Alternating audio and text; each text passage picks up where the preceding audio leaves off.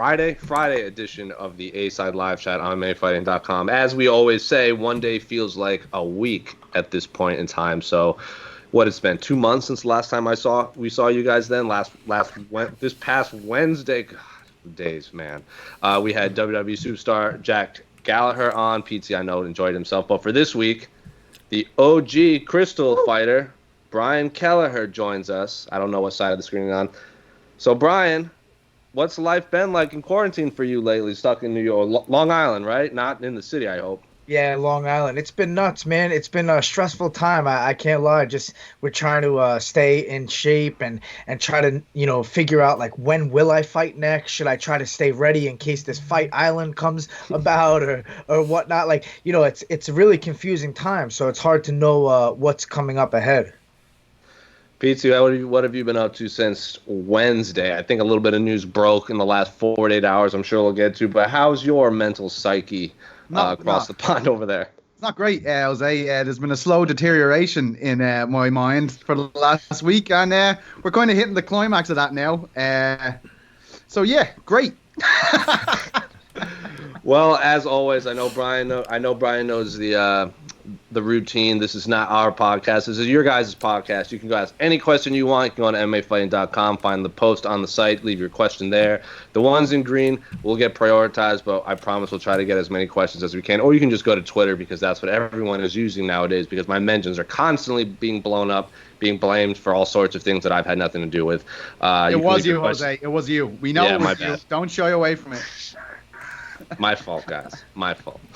You can leave your question on Twitter. We'll get to it if we can. I always find a lot of questions after the fact that I wish I had seen before, so I promise I'll try and pay more attention. Casey, everyone's favorite mustachioed, wimpy soy boy director. We'll also be looking at the YouTube comments. Maybe we'll pull up a few there. But Casey, we just got a new one. Questions? Apparently, Disney has called, and they have canceled our live chat. Thanks, man. Yeah. I thank you, Ice King. Well, that's a bummer. That's just a bummer all around. Anyway, Casey. Oh, here we go. I don't even have reactions. Yeah, I know. Here we go. Yeah, I'm dead. I'm dead behind the eyes now. It's just whatever. Yeah.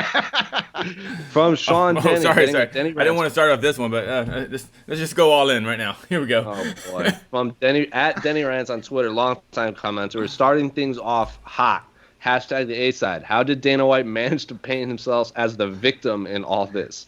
He strung those fighters along knowing full well the event likely wouldn't happen. He tried to keep the venue secret and make it impossible to cancel. So, for those of you who have lived under a rock, UFC 249 is officially no more. It was supposed to be in Brooklyn. Originally, it was supposed to be, that seems so long ago when it was going to be in Brooklyn. It was going to be Khabib Nurmagomedov versus Tony Ferguson. Khabib Nurmagomedov flies back to Dagestan. First, he was going to fly back to, I believe it was Abu Dhabi or something, because that's where the fight was going to happen amid the coronavirus. That's what he says. And then he couldn't get in, so then he flew back to Dagestan, and now he didn't have a location. He couldn't fly back to the United States. Since then, Dana White then booked the interim lightweight fight between Khabib and Tony Ferguson and Justin Gaethje, and now it's supposedly going to happen at Taiji Palace in Fresno. They were also building a Linmore, California. Lenmore, California. My fault. Come on, Jose. Jeez. My fault. Fresno's the closest real city, but yeah, Linmore. Sure. Yeah, obviously. People know the name Fresno. They could probably kind of geographically put that in the same location. I'll just say up Northern California. And since then, there was going to be a fight island that was supposedly going to happen. Our own Guilherme Cruz wrote this article that basically all the Brazilian fighters on UFC 250 couldn't even get into the States, including José Aldo, Lil Nog, Betchko Hea, Shogun Rua. That fight was supposedly Henderson Cejudo was going to fight Dominic Cruz. And then yesterday, apparently UFC 249 is postponed, not canceled, as Dana White said, after what the governor called Disney called ESPN called UFC and said probably shouldn't put this fight card on, and that was that. UFC 249 is officially postponed after weeks of will they, won't they. So Brian, I'll start with you. What has, as someone on the UFC roster, what has the last 24 hours been like for you learning that a card is now postponed after so much, I don't want to say controversy, but like as I said, too many questions surrounding this event. Now it's postponed.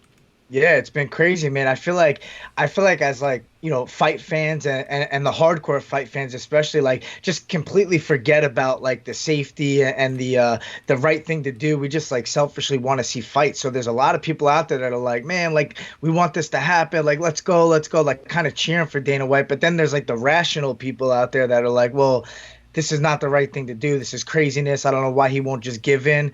And that's because, he's got that ego and he's got that no quit attitude. He wants to be the standout guy that pulls off some crazy scenario where, he's the quote unquote hero of the situation. And I think it was just, kind of better off the way that things ended off. I think, let time settle, let this kind of, come down and go away a little bit, and then things will get back to normal.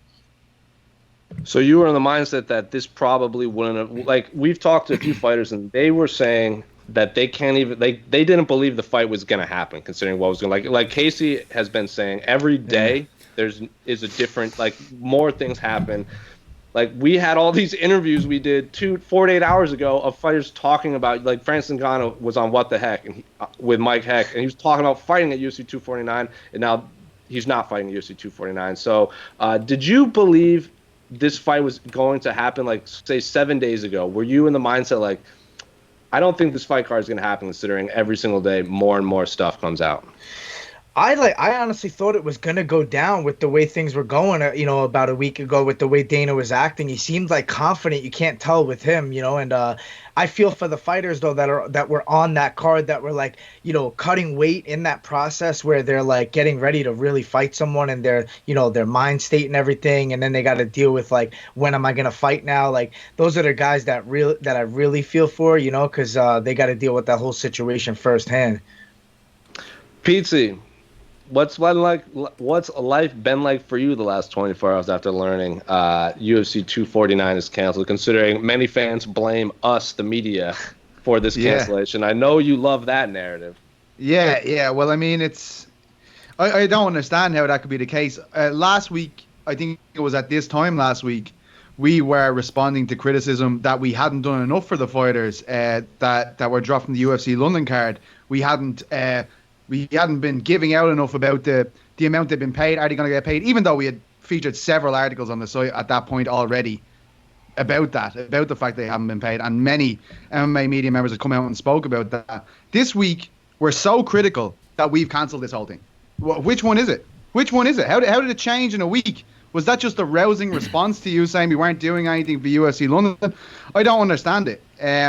Look, Dana White's fault, all of this stuff. Like, Dana White wanted to go ahead and do all of this stuff. He told everyone, we're not going to this isn't going to stop us. We're going to do this. We're going to do it wherever we can. We're going to make sure it happens. That gets the fighters' hopes up. That puts the fighters through this whole situation where Brian pointed out, cutting weight, mentally preparing for a fight amid a global pandemic. The situation is awful as it is. And the fans' hopes are up because they're like, oh, we're so bored. We're finally going to get to see these fights. And then it's gone, and somehow that's our fault. I don't know how people have come to that conclusion, and particularly people within MMA who've come to that conclusion is mind blowing to me. I don't know how Dana White's portraying himself. I don't know if he is portraying himself as a victim, but if that is the case, I don't know how he could possibly do that, because we were pretty sure this wasn't going to happen, like every other sport in the world. Question for everyone on this panel. So Casey, Petesy, apparently me and Petesy's names flipped because Petesy's name is under me and yes. You're right. It is. But question for everyone. Can you remember a time where, I'm sure Brian has experienced this, it's been, but not in this sense, pretty severe fan backlash across the board. Some people blaming the media, some people complaining that fighters that didn't want to fight weren't real fighters if they didn't want to fight during a pandemic. You see Petesy, you see Petesy in case roll their eyes, but like, we were getting people in the chat saying Khabib was scared of fighting Tony Ferguson, and that's why he pulled out of the fight. So Brian, I'll start with you. Can you remember, like, I don't know the phrase, toxic maybe such a severe sweeping backlash just across the board, like everyone's trying to blame everyone? Am I wrong? No, yeah, you're right. I feel like everyone's just going crazy right now with this situation, being isolated and just, it's a mental health issue too to be stuck like this and have to deal with this kind of life after, never experiencing something like this. And now you're just getting frustrated. You have no entertainment and this and that. So I think people are just getting uptight about that, and it's coming out on social media, and there's a lot of hate that already goes on with MMA and fighters and stuff like that. But this is just making it a little bit more intense, I feel. And, I think it's kind of ridiculous, though, like to say that about Khabib, that he's scared to fight. A guy like that has never lost a fight, that's fought pretty much anybody that's been thrown at him. And now they're talking, oh, he ran away to Russia and this and that. I don't know. It's just craziness going on right now. Is it a good time? Is it a good time to it's been toxic for a long time, right? But it feels like it's reached saturation point with this incident. Like, I mean, the things I see written on their articles about certain fighters, say young upcoming fighters, and go and kill yourself, this kind of shit. Like, this is pretty normal for MMA on Twitter and stuff like that, and it's ridiculous. Like, it's horrible. At this point, like, people can't even go on Twitter. It's that annoying what's happening. I think, whoever contributed to it, maybe we all contributed to it. Whatever happened, I think this is a nice time to draw a line in the sand and really think about, like, what are you putting out in the world there? There's a reason these people don't have their names and their faces attached to these accounts, because they wouldn't be employed. If people look them up online and they're shitting all over some 21-year-old's dreams because they have nothing better to do with their lives, it's just, I think it's time we have a look at the way we're behaving online there, because it's a cesspool at the moment, to be honest. I actually had a couple people actually go to me, like tweet at me or whatever, and just say things like, hey, like, this is just Twitter, it's just the internet, this isn't real. I'm like, what are you talking about? I'm a real person. Are you a real person? The other people, like, it was a couple other journalists too, they're real people. Like, this is communication in the modern life. Like, this is real. Like in the 1910s, when someone like said something rude on a telephone, where you're like, oh, this isn't real, it's just audio. It's like, no, this is real. Like, when you say things, these are, I don't know, I'm a real person. I'm assuming you're a real person. So I just don't know. It's just, it's a bad time. It's a bad time. I used to think, oh, the worst MMA Twitter guy was like, oh, I thought this fight went the wrong way. I thought that was a good decision. And then people were like, oh, you're a stupid idiot. And that's about as worse as it got. But now I'm all like, yeah, I don't think we should have this fight, because I don't want to see, a couple another, 1,000 people might die from the spread. And like, oh, it's like, we're talking about something so bigger than prize fighting right now. And I just, it's not a good time.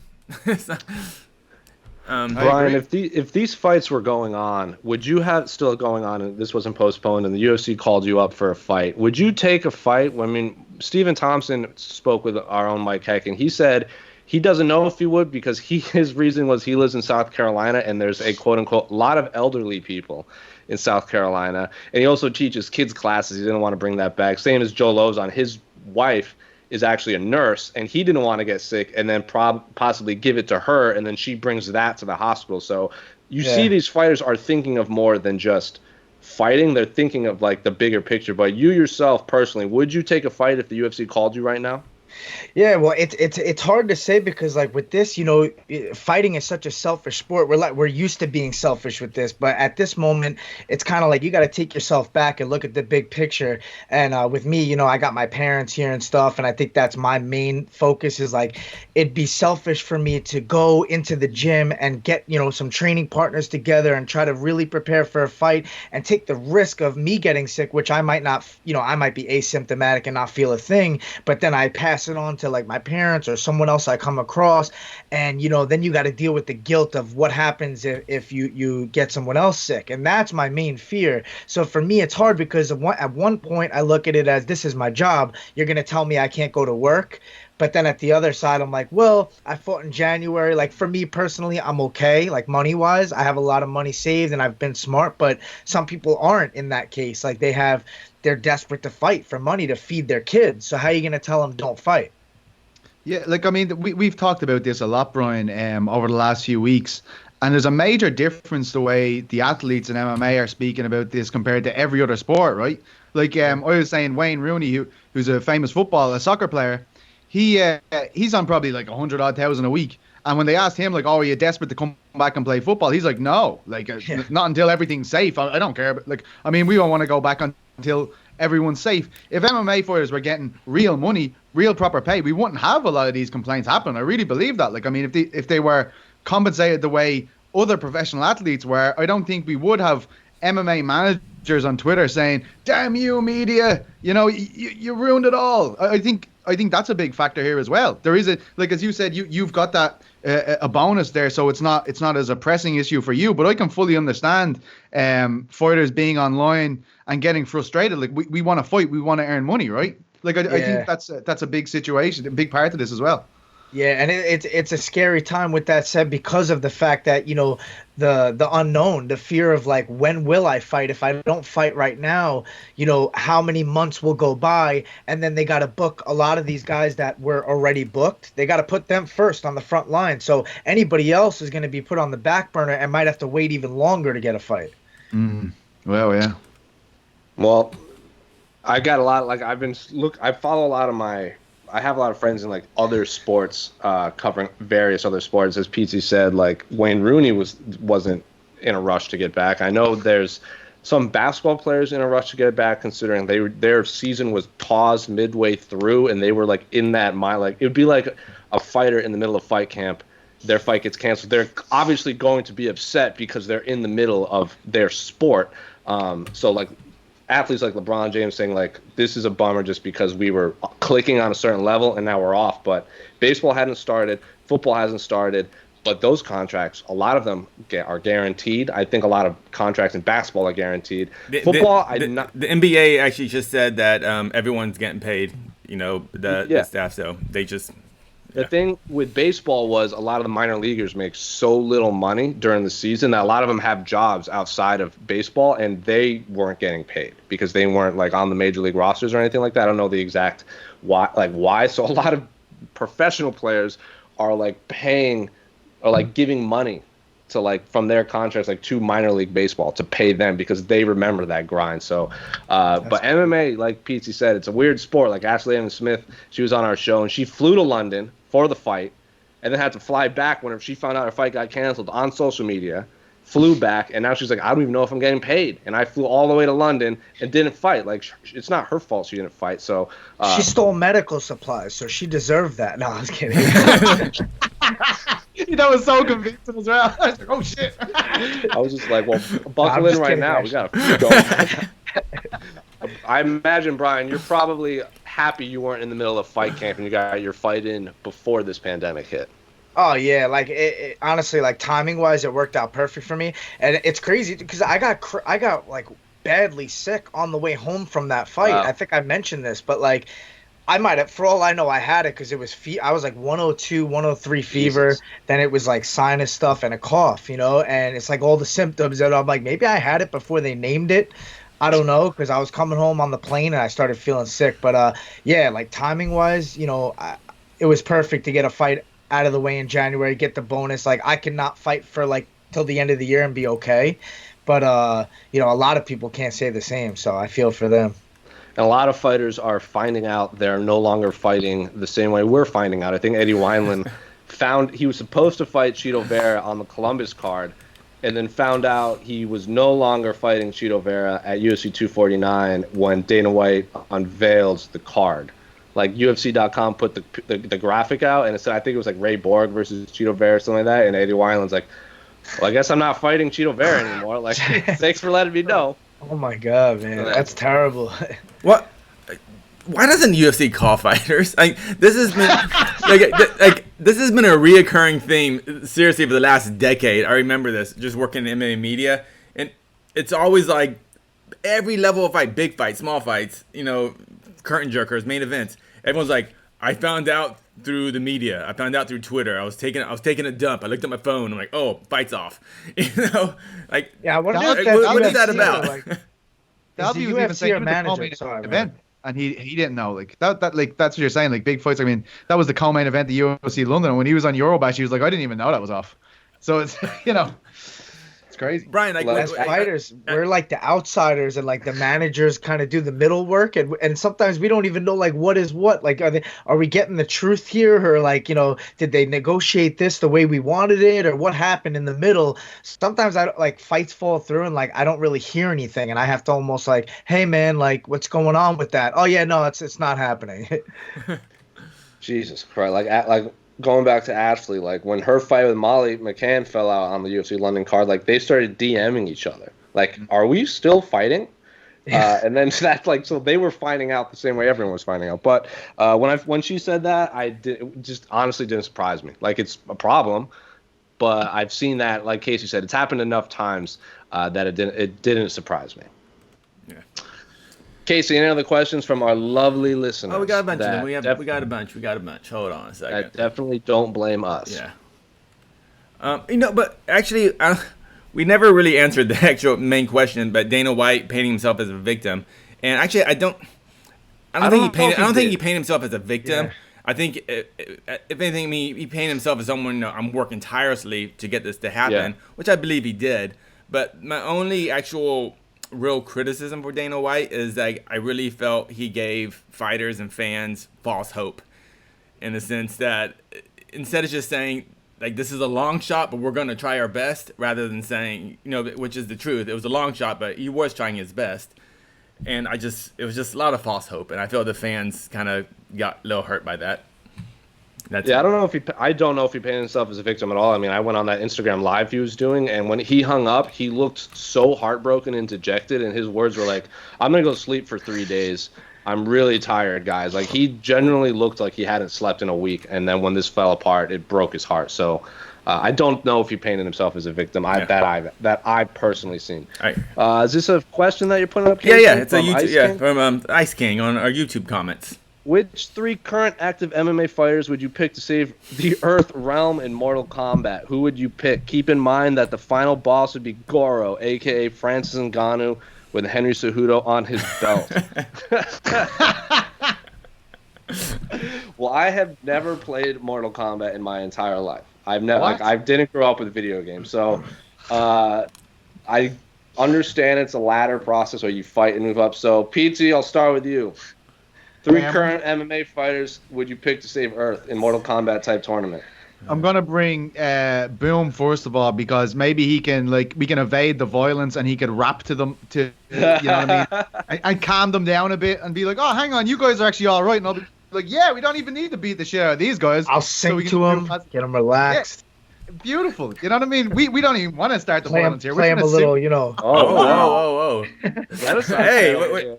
I want to hear some notes. Let's leave that for the promo. Let's take that ukulele out again for the promo. So that Brian Boom, I'd need some kind of lunatic. Give me like Paul Daly be good to have, because he just needs to touch a guy with his left hand, they're dead. So I'm going to pick Paul Daly, Brian Boom. Let's not try and get them not to fight each other as we're going around saving the world. Do I have one more? Yeah. Neil Seary, Irish flyweight. Keep me in check. Brian, your thoughts? 3 fighters you got to pick to save the world in a Mortal Kombat style tournament. I'm going to go with John Jones, because he's going to have a little carry conceal action. We know that. I'm going to go with, let's see, Khabib, because he could probably hold anybody down for as long as we need. And then one more. Let's see. I'm going to go with Demetrius Johnson, because he's got that speed, that versatility. You can't catch him. You don't know what's coming, so unpredictability. Good show. Casey, your thoughts? I don't know if you've ever played Mortal Kombat. I'm going Mr. Brian Kelleher. Oh, thank you. You guys make me feel so strong. The man's a badass. I'm gonna go Izzy, and this is the third one that everyone forgot. Roxanne Modafferi. Because she's actually dressed up as Mortal Kombat characters for her weigh-ins. Sure. So she knows the moves. She knows all the combos. You know, so Roxanne Modafferi. They'll underestimate her for sure. Yes. I'm gonna say Daniel Cormier would make a great addition, because when he's not fighting, he'll be on the sidelines being a phenomenal coach. He'll be like, watch out for this. Who is Mortal Kombat's the one with Sub-Zero, right? Yeah. Scorpion, yeah. Is Scorpion the one with the chain? That's Come over here. Yeah, that guy. He'll be like, watch out for that chain move, guy, and then he'll like probably break it down for me phenomenally. So definitely adding Daniel Cormier to my squad, as he can play coach too. He's a player coach, if you would. I'd say Stylebender is a good show. He's definitely played Mortal Kombat before. There's no doubt about that. Oh, Jared Cannonier too. The Crystal Captain right there. He's a big DBZ video game fan too, so I'll add Jared Cannonier to my team. And I don't know. Honest to God, Demetrius Johnson's a good one. He probably has played Mortal Kombat 1,000 times. He knows what to look for. All right. Excellent question, by the way. Thanks, Ice King. All right, here we go. From Trumbo on the site. This is a mess. Can I just say before this happens, I can't even keep up with the shit that's going on outside of the coronavirus thing. So I'm actually finding out about this. Probably I know I've heard it before, but I haven't been able to really put a lot of energy into it. So give me time on this one, please. Well, it's Brian's weight class, so we'll let him answer first. Bantamweight title. So Aldo was booked, dropped out to travel restrictions. Cruz jumped in, and then the card was postponed. The card resumes. Question is, who gets the next shot? Cruz, Aldo. Cruz has been inactive for almost 3 years. Aldo has one fight at bantamweight and lost a split decision. Who deserves it? Neither? Also, imagine a future Aldo versus Cruz fight. Craziness. Bantamweight GOAT versus featherweight GOAT. First of all, I love Aldo versus Cruz. I've always wanted to see that fight, even back in the WEC days. So, Brian, this is your weight class. What do you make of, before you answer the question, what do you make of this never-ending drama at the top of the 135-pound division right now? I'll tell you what, there's a whole lot of blue balls going on in this bantamweight division right now. Everyone's getting led on. It's unbelievable. And then you gotta feel for the Sterlings and the Jans, the guys who really like earned their number one contendership essentially. And then we're gonna bring in Aldo, and then he gets wiped out. Like, oh no, Cruz is feeling better now, so we're gonna bring him in. He's a legend, right? So. It's just wild, man, and like you don't know what's gonna happen, because when all the dust settles, like they're probably gonna go back to the original plan if they could still make it happen, and then Cruz is probably gonna get left out and have to fight someone else, maybe a number one contender fight with one of those two. Maybe for Aljamain and for Jan, this is a good thing, because who knows if maybe they get a chance, because now they're ready to go at that point. So it's really confusing stuff. Like, we don't know what's gonna happen when everything gets settled in. Petesy, your thoughts on, you're saying you're learning about this stuff via our commenters on the site. So what do you make of this drama at the 135-pound division? It's quite a pickle it's in, all right. Let's be honest. It's a situation at 135. I've been saying Petr Yan deserves it for a long time. And I feel like he is going to be the odd man out here, because he, what's the usual excuse? He can't speak English as well as the other lads. He's not allowed in. I think it's a mess. I think it was messy straight away when they put Aldo in. Aldo's a legend. I'm not trying to criticize Aldo at all. I'm not trying to get his career cancelled or anything like that before people jump up and down. I just feel like it already kind of started off in a tricky situation. And now with Cruz being involved, and they've left Aljo and Yan out again, it's kind of like what is happening here? Like, how are you deciding who is the title contender in this division? It's a messy one, and I do agree that Cruz and Aldo will be a hell of a fight, but I think it's messy all over the place. Like 55 as well. Justin Gaethje's got his hopes up for a title fight. Like, what happens there? I mean, the guy's killed himself. The guy lost 12 pounds in a couple of days. When we heard from him last week. I mean, it's a very messy situation, and the UFC owe a lot of people favors, but will they actually pay these guys back these favors? This is what Aljamain Sterling was saying to Damon Martin, I believe, earlier in the week. Like, all these fighters going, oh yeah, I'll do it, jumping in at short notice, will they ever get any kind of compensation for that in terms of favor, in terms of fights? I don't know. I don't know if I answered the question either, but yes. Well, like a bantamweight tournament, something like that. Like, they could probably make a really cool one, It would be like if they had a bantamweight Grand Prix, I would love it, because Petr Yan was supposed to fight Marlon Moraes in the main event of an upcoming card in June. Marlon beat José Aldo, and he's still the number one fighter. So if you're just going off of the rankings, like how is he not number one contender after knocking off Aldo? Aljamain was supposedly fighting Corey Sandhagen, who's now kind of on the outside looking in. Frankie Edgar still hasn't made his bantamweight debut. I personally want to see Dominic Cruz versus Frankie Edgar. I've been asking for that fight forever. Two of the best footwork, cardio, 5-round fight on a fight night card. Sign me up.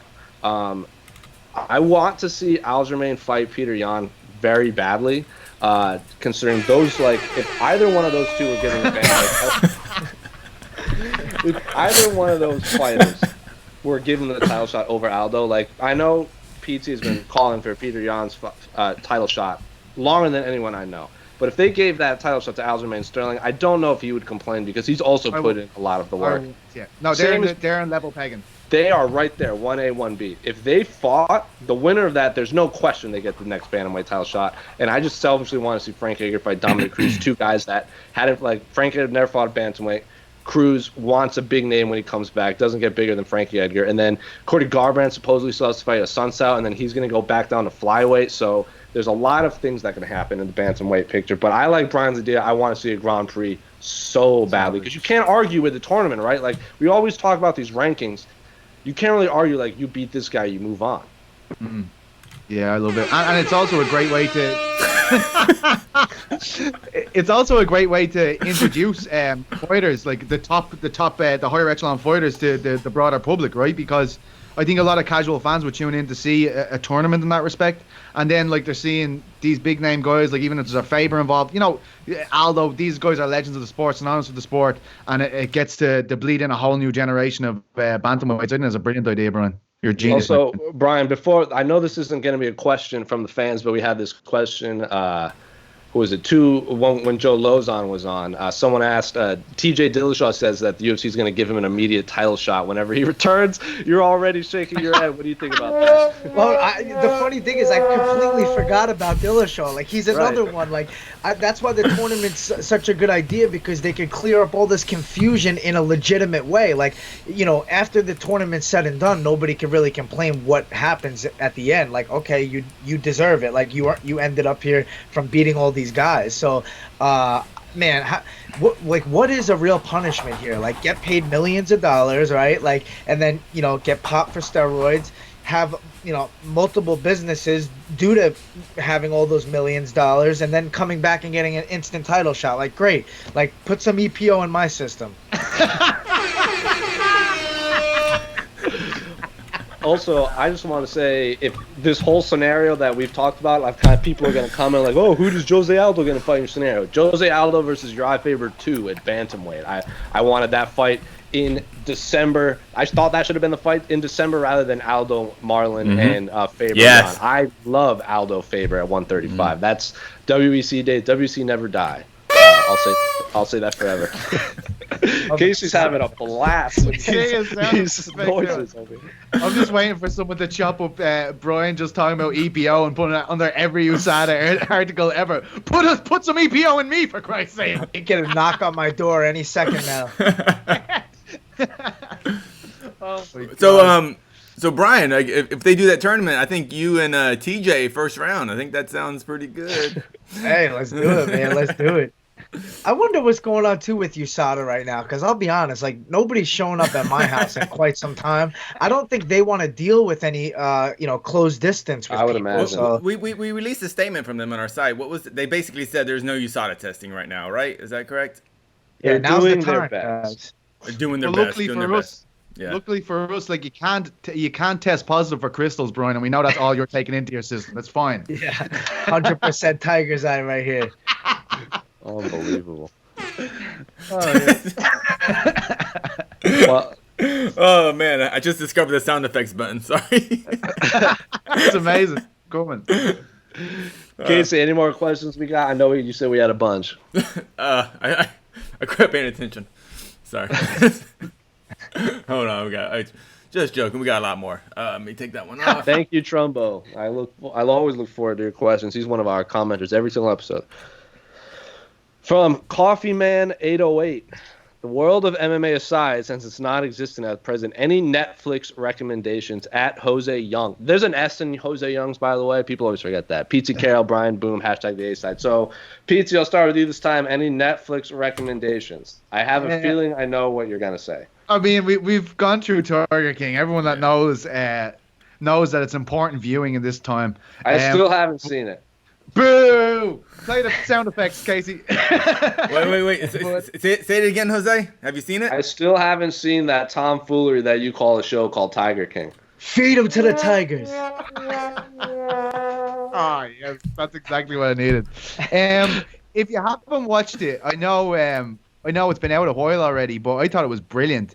That Defiant Ones documentary with Dr. Dre and Jimmy Iovine, or was that his name? It's so good. Yeah, it's amazing. I thought it was really inspirational actually when I watched it. For anyone who loves like the history of hip hop, that is a phenomenal documentary. But even not hip hop, like I mean, it goes right back to Bruce Springsteen, John Lennon, things like that. I mean, the whole connection of that rock and roll movement in the 70s to the 90s, the early hip hop movement is incredible. I thought it was brilliant. I'd really recommend that. Anyone who has even a vague interest in pop culture or music should watch that, definitely. Could not recommend that documentary enough more. Brian, any Netflix recommendations for our listeners? I'm not a huge Netflix guy. I watch more like podcasts and stuff, but like I started the Ozark, which I know a lot of people are on that now after Tiger King. So I started that, and that was pretty interesting so far. But I'm only like one episode in right now, so I got to get watching. But I'm watching more like podcasts, like Below the Belt with Brendan Schaub and Joey Diaz and Kill Tony. I watch all those funny podcasts. Yeah, Lou Joey Diaz, crazy. Casey, our phenomenal cameraman director. You know as well as I do, I don't watch a lot of TV, so I'll let you answer this one. Netflix, I'll even throw Hulu, Amazon Prime, HBO, anything you guys want to talk about. For Netflix, I would just recommend watching all of BoJack Horseman. I think that's the best. Oh yes. I think it's like one of the maybe top 2 or 3 best anime series ever. Actually on Amazon Prime, I really recommend if you're into sci-fi, which I'm not into sci-fi, but it is such a good series. I am into sci-fi now. This series called The Expanse, and it's super good. They have 4 seasons up there. Expanse is super well done. And what else am I starting watching? There's a bunch of stuff. I mean, like, just fine things. I mean, the stuff I like, you may not like. So, I mean, there's a lot of great nature. Like, I love all the Planet Earth documentaries that are on Netflix. Those are great. What's it called? Blue Planet documentaries, Frozen Planet.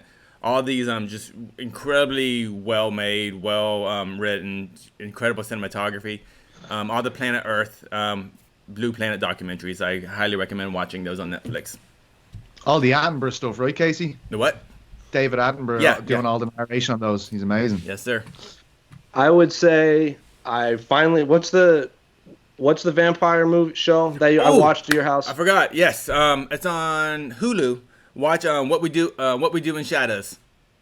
Hang on, Yes. that's a series. I watched the movie. I didn't know it was a series. Yeah, no, it's a movie and they made it a series. The second season's about to come out. That show is so funny. Oh man, that is hilarious. Never seen it? Check that out, Brian. It's so funny, man. It's ridiculous. What's that called? What is it? What We What Do We in Do in Shadows. the Shadows. It's What We Do in the Shadows, about a bunch of like millennial old vampires that live on Staten Island. Yeah. Yeah. All right, I'll check it out. It's on Hulu. It's on Hulu. If you are from or have spent any long extended period of time in New York, specifically Staten Island, it is so funny. But it's also like it has vampires and what have you. But I can't recommend it enough. It is so funny. Those same guys made Flight of the Conchords as well. Yeah. That's very funny. I think that's brilliant. And another very funny thing, if you haven't seen it, I'm so jealous of you. Eastbound and Down. I think that's one of the funniest things I've ever seen in my life. Like, I was crying. The first time I watched that, I was just like shouting and crying, like watching it. It's hilarious. I heard they based that character off of John Rocker, the baseball player, and that I hate that guy. So I didn't I was immediately turned off by it. Big what hero. else did I watch? I started watching Legion, which is based off of an X-Men comic book.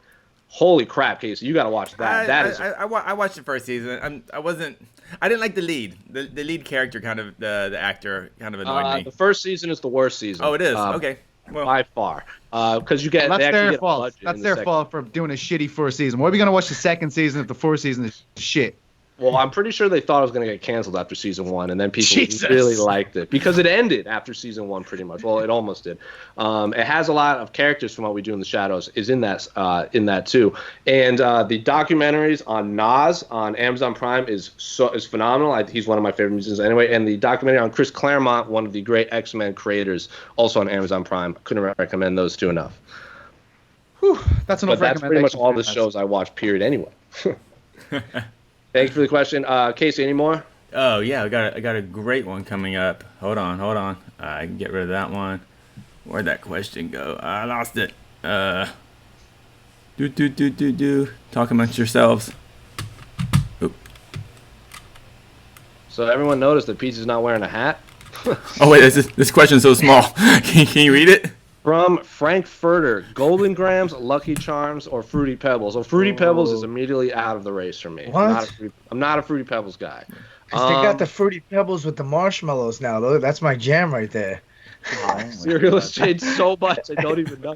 I don't even really have eat much these. cereal. Yeah. Lucky Charms and Golden Grams are two 10 out of 10 cereals, so I couldn't pick this one right now. Pizza, your thoughts? This is gonna hurt a lot of people. I have never eaten any of those cereals in my life. Have some more, Lucky Charms. Now, yes, of course, my family owned the brand, but I haven't tried it before. Are you like a drug dealer? Like you don't eat your own stash? Don't get high off your own Yeah, supply. yeah. Yeah. Shit, man, I'm all fucked up on Lucky Charms again. Brian, can you name all the marshmallows in Lucky Charms? There's No, I names for the can't. look. There's names for the marshmallows. What? Yeah, this they're character? in shapes, man. They're in shapes. Are they like Fiacre and like Patter? What's it? Is it Irish No, name? there's actually in the old commercials there was like a little jingle that he would sing. So Casey, can you name all of them without looking it up? Oh no! It's horseshoes. That's about Clovers. it. Oh, yeah, It's yeah. horseshoes, clovers, something, clovers and balloon, pots of golden rainbows, and the red balloon. I can't remember the second one. I remember when I Yeah. was younger, I loved the marshmallows so much I would eat around them and like save them for the end, so it was just straight marshmallows. And They you sell drink those- and you they drink the sell milk bags of afterward. it. Yeah, you drink Yeah. the milk, it's delicious, man. Can They, you explain to me what the charms are again, just so I can tell you if these are actually anything to do with Irish culture whatsoever? Because that's what it's. Go for it. It's You said horseshoes? some Nope. horseshoes, Nope. horseshoes, something, clovers, Yeah, we have them. Diamonds. half moon, pots of No. golden, pots of gold, We're all rain- broke. Lies. Right. Go. rainbows, Rain, not rainbows. Yeah, go ahead. and a red balloon. What the fuck is a red balloon all about? Why wouldn't Well- it be a green balloon? Because they already have green because they had a clover, so they don't want. They Just wanted put to a get all bit the more colors. work. Lucky Charms, give me a call. We can make this more authentic, okay? $1 million. I'll sit down with you guys for 15 minutes and we can make it happen. All right, there you go. Win or learn, Pizzy. Of course. Jose, we got a comment from a YouTuber. From Esther Lynn. I'm partial to Cinnamon Toast Crunch, 10 out of 10 cereal, instead of Golden Grams in terms of square cereals. But Golden Graham is great. Phenomenal comment, Esther. Could not agree more. I like eggs. Stars. That's the one I couldn't remember. Stars. Let's go eggs. Let's go eggs. This is the best breakfast. Oh man, Oh, we my God. have a lot. We have a lot of opinions on cereal. You guys ruined cereal. Awful. You cereal used to be cool. You fucking ruined the whole thing. We could have been eating cereal this weekend if it wasn't for you guys. If it was, if they said That's the pick new any Lucky cereal, Charms commercial right there. if they said pick any cereal, I would have to say Waffle Crisp was the best cereal growing up. That was by far my favorite of the square cereals. Or the French Toast Crunch, which had that limited time around. That was also a 10 out of 10 cereal. And now I understand why a lot of Americans are obese when I'm hearing all this stuff. What you gonna say? We can't all have I used to English like breakfast mix every day. cereals, like 3 different cereals in one bowl and just get all these different flavors. I may or may have not hit the pipe before that, but What an get creative, man. What's your favorite like the some cereals have different levels. Some cereals taste really good in the first like 15, 30 seconds.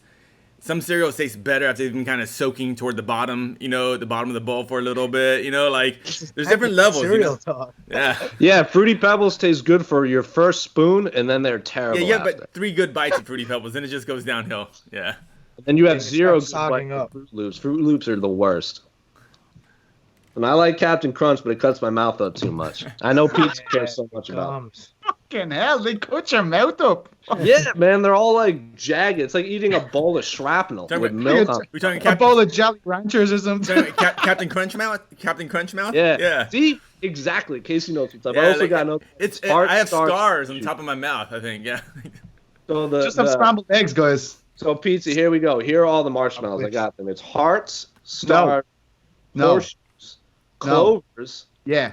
pots of gold and rainbow, pots of gold and rainbows, and the red balloon.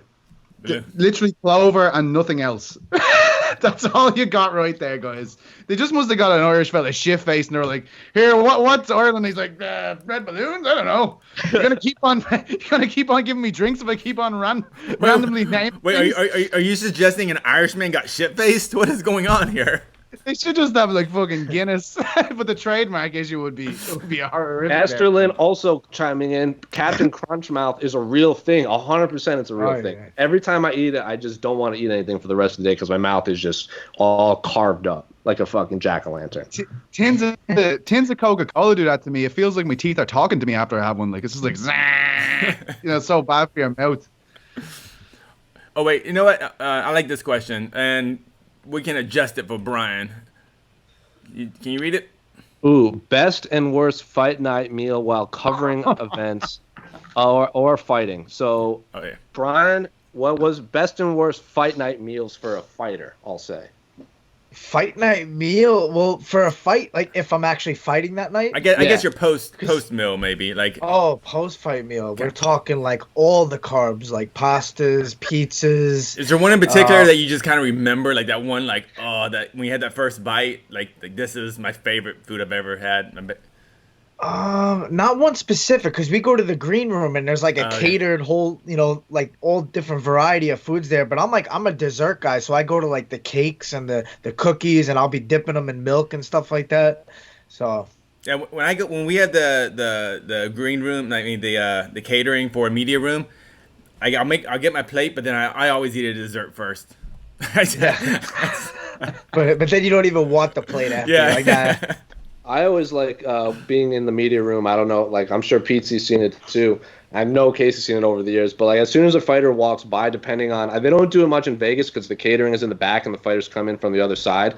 But if they have to bring in the fighter from the back past the food, almost all of them grab a cookie immediately. They always grab a cookie or a can of soda because they haven't had sugar in like 9 weeks. Yeah, it's something we normally would never eat during fight camp. So like we're like, oh, we're gonna have that because we never get that, Or like we're Jorge deprived. Masvidal just going to town on like an entire box of pizza during a press conference in New York. He's like throwing taking 2 slices with up. cold in them.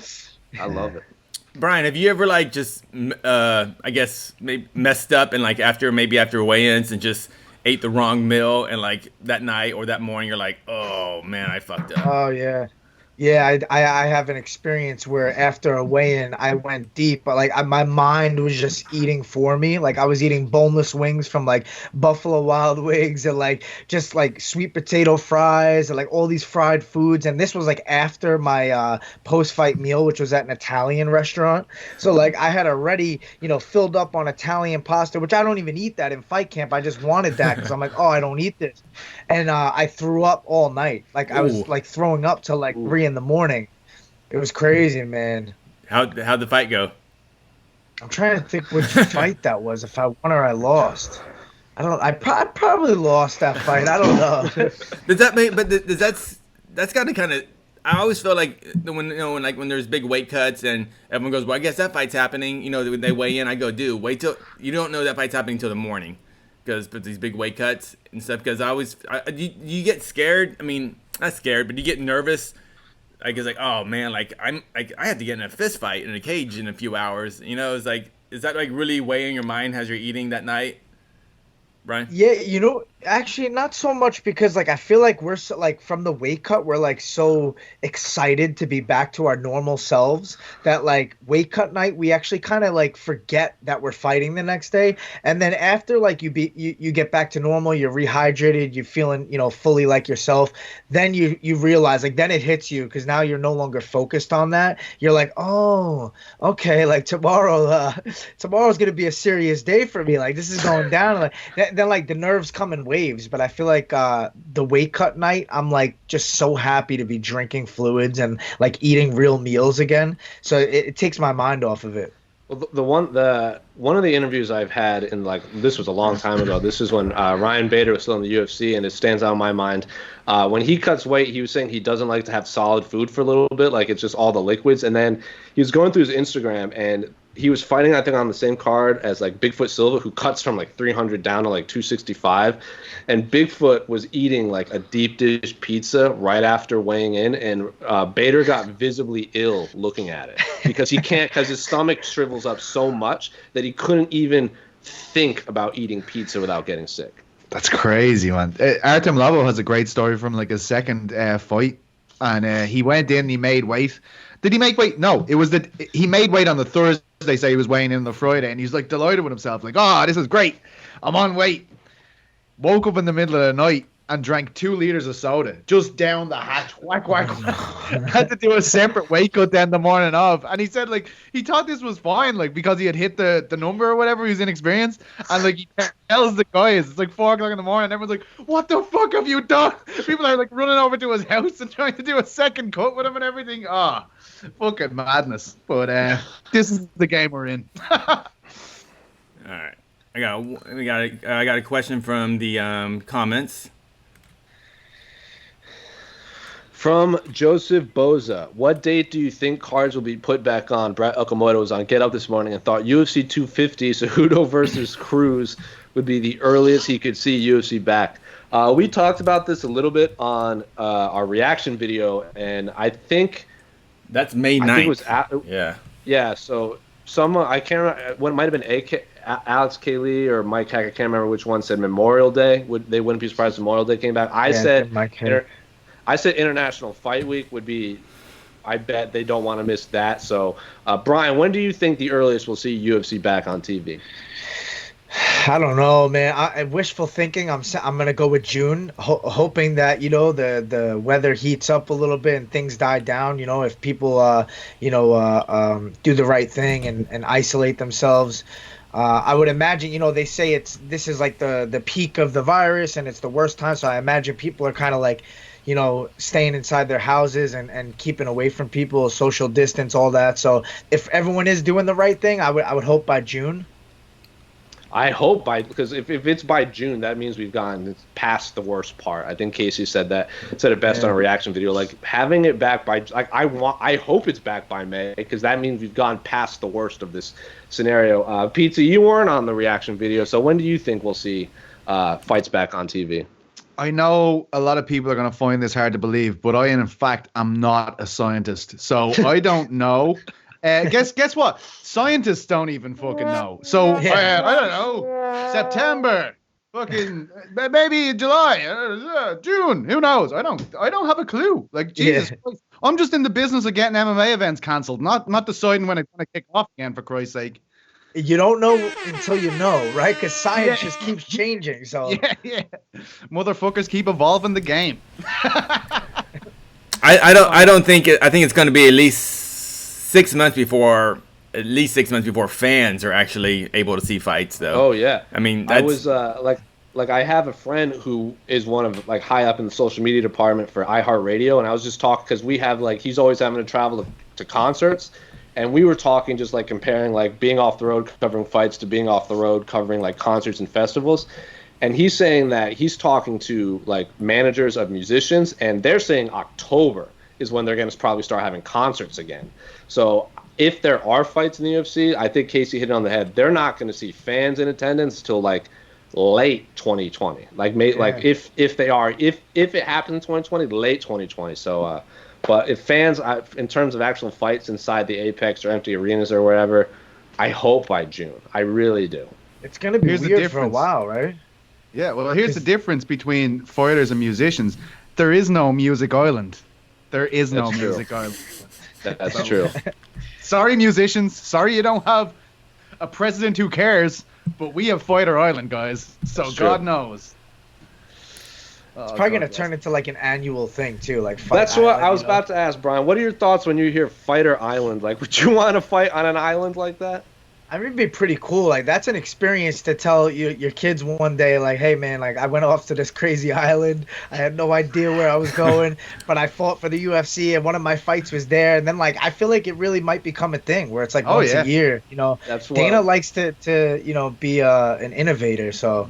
That's what we were saying. Like, I wouldn't be surprised if this island is built. Like, there are questions, obviously, like, is there a hospital on the island? Yeah. Like, is there an ICU? What's the medical situation? Where is it? Like, that's the first question. Is there a sauna? Like, is there, like, is there, like, hotels? What's the arena look like? Are fans going to be allowed to go in the future? But, like, if this gets off the ground, like, in 5 years, are we going to have, like, Fight Island 5? Like, every year on the anniversary of the first one, is there going to be an anniversary show? I don't want to say guarantee, but I would not put it past Dana from holding an annual event like Brian. Yeah, and it would be fucking cool. Let's be honest. Like, I mean, if this whole situation wasn't going down, where there's a pandemic going down, and there was some like Fighter Island when everything's back together, that would be fucking crazy. It's just the situation that we're in that is making us go, okay, guys, is this real life? But people keep thinking when you think island, you think tropical paradise. Most islands are not that. Most islands are just there's a reason no one lives there. Apart from Ireland, beautiful tropical place. Well, you know, actually, the movie, Peter, did you see the movie The Lighthouse?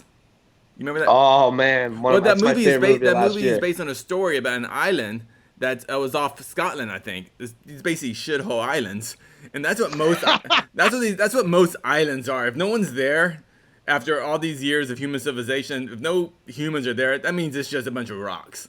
So it's. It's gotta be like decent weather, right? At least we have loads of islands off Ireland. Like we can just walk to them when the tide goes out, and all there is on them is rats and a lighthouse. Usually, yeah, like, you know what I'm talking about. Yeah, so yeah. And those are islands. So I'm just saying. And you can get stuck on them. You can actually get stuck on them. It happened to me. My uncles when we were kids. They live on by the coast in Skerries.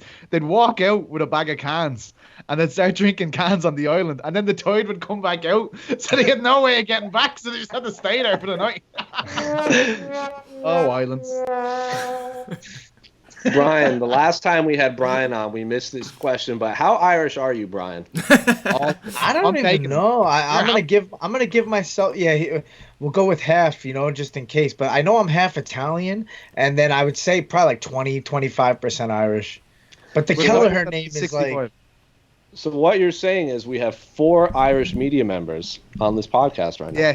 Yes. Well, one of my best friends, unfortunately, passed away many years ago. His second name was Kelleher. So yeah, you're one of us. You're one of us, definitely. We've only got 2 fighters in the UFC now, for Christ's sake. You know what I mean? We need as many as we can get. Yeah, I hope by August things are back. I want to get over to I know you've been calling him out. Imagine you and O'Malley in Ireland. That's what I was gonna say. You've been calling O'Malley for that Dublin card, right? Yeah, that's the plan. I hope so. I don't know if he wants to fight me at this point, but that would be great for my career, you know, right now to steal all that hype and take off. Well, someone brought his name up to you right after. I'm sure you saw it, but like he was backstage for his post-fight scrum, and someone goes, like, "Brian Kelleher brought you up," and before the questions you've done, he just goes, and then next question. So I saw that. He has heard you're chirping at him. Yeah, he gets annoyed with me. He's not a fan of me. Brian had the best line ever, and he said it off camera after his last win because we were just chatting. We were actually trying to organise if he could come on the A side because remember I was going to Amsterdam, and he said to me, he goes, "I'm going to steal all his momentum, then I'm going to steal his weed." That was fantastic. Yeah, I said I'm going to smoke all his weed, and then in an interview later on, I was like, "I'm going to smoke all his weed, but I'll let him take a hit. I'm not that mean." But not anymore. Not with social distancing. It's all Brian's now. Oh, yeah, no. Is that Dublin card even going to happen, Petesy? I'm not going to say one way or the other in case I start getting fingers pointed at me. I still have to go for an hour's worth of exercise a day around Ireland, for Christ's sake. That's I mean, enough shit as it is. Well, hopefully Brian can get that fight because as an Irish American, I'm sure he's. Have you been to Ireland? Brian? No, I've never been. There you go. Might as well I'll get the bring you UFC to pay guys. for it. I'll bring you guys around the place and show you the ropes. Said Oh. Celtic Warrior in the YouTube comments says, well, Brian means high or noble in Irish. Well, that's a great name for you, True. Brian. Hey, that's perfect. That's too funny. Any other questions, Casey? Let me take a look. Not a lot of stuff about, fights that are canceled, who's gonna win, all that stuff. Like, man,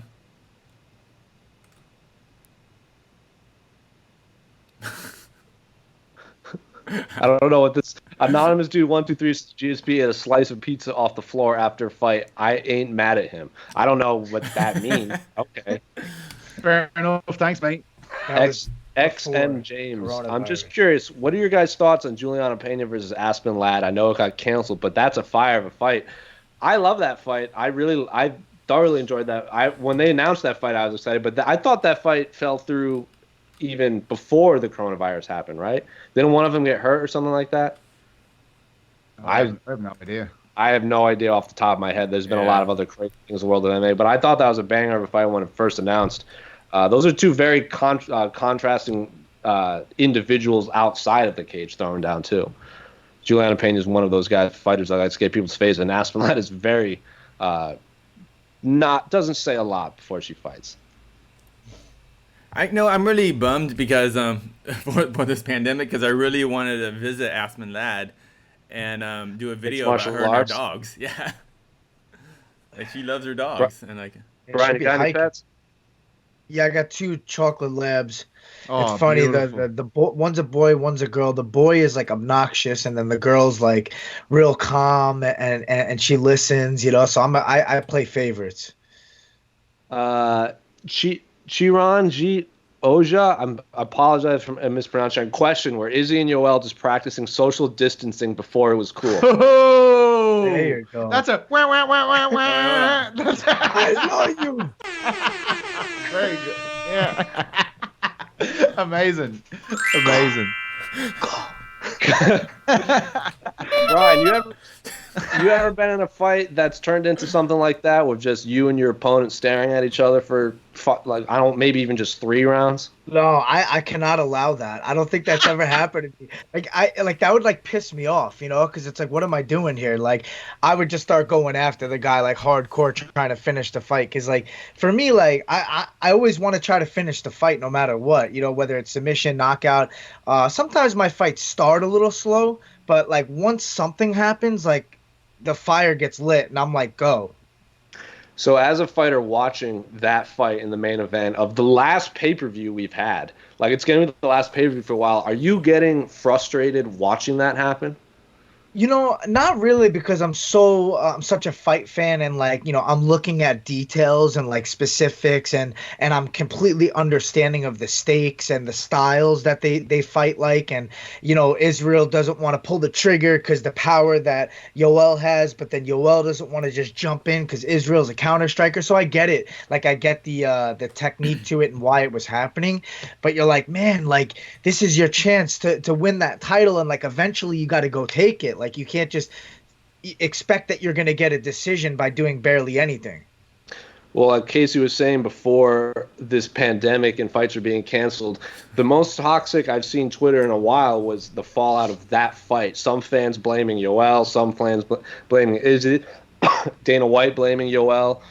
That was a bad time all around too, and then the pandemic hit, and it feels like that was a year ago, and that was only just last month. That was a month ago. Now that you think about it, what was the way that fight went down? Was that the MMA media's fault as well? I think it was. Matchmaker's fault could have been. You never know.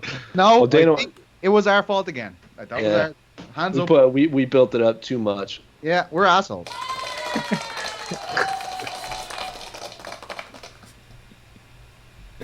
Anything else we got, Casey? Comment section, Twitter, otherwise? Let's do rapid fire. Oh yes, I love rapid fire. This is where I shine, guys. From Max El Kukui Holloway, and it looks like their profile picture is an amalgamation of Max Holloway and Tony Ferguson. Do you think Dana will try to have Tony fight instead of rebooking Habib Tony? No. No. 6 times the charm. Also, before we move on, I put out this, I think it was November. I tweeted, if Habib and Tony Ferguson falls apart for the 5th time, I will lock myself in my room, eat my body weight in Oreos, and listen to only Immortal Technique for 24 hours. Don't think I haven't forgotten. So many people are now tweeting me saying, when are you going to put this video out? I haven't forgotten. I just don't want to go to the store and buy Oreos right now. You got to order them, man. You get them. They'll bring them out to the car for you. Also, I don't know, Brian, if you've listened to Immortal Technique or if Casey or Petesy has. My day is ruined after listening to him. I just feel sad for a long time. Yeah, some negative stuff. The negative would, if only it were negative, then I could deal with it. It's more like a horrifying life I just don't particularly want to listen to outside of maybe one day of the year. Is Immortal Technique the MMA media of hip-hop? No, he would be the he's on a league of his own. I couldn't even describe how just demoralizing his songs make me feel. Also, I tweeted that, didn't even tag him because I didn't know he was on Twitter, and he found it and retweeted it. So he's searching his name on Twitter, by the way. So shout out to Immortal Technique for looking himself up and retweeting me, because now all of these people are asking me for that video of me eating Oreos and listening to his music.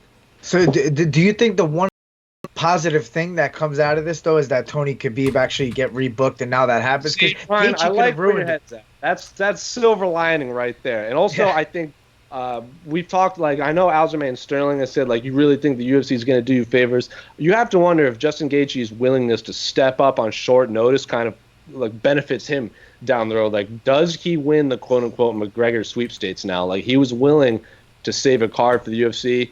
Will the UFC now give him that McGregor fight? So I like where your head's at, Brian. Silver lining. Positive outlook. Yeah, man. I think that's possible. I think sometimes they do look at that. Guys that are willing to jump in and risk it all, they remember that sometimes. Well, I said, I've been asking fighters for a while, you see Kamaru Usman cut weight as a possible fill-in for Darren Till, Tyron Woodley, and then he fights Rafael dos Anjos on a tough finale in December, and then he offers to get a quick turnaround to save that card in January that eventually just didn't happen. And then he fought Damian Maia down in Chile. And then the next thing he knows, he's fighting for the UFC title, basically leapfrogs Colby Covington. So the precedence there, I don't know if that's exactly what happened, but in my mind, that might have probably played a factor, his willingness to help the UFC out. Yeah. Esterlin says for a 6th fight.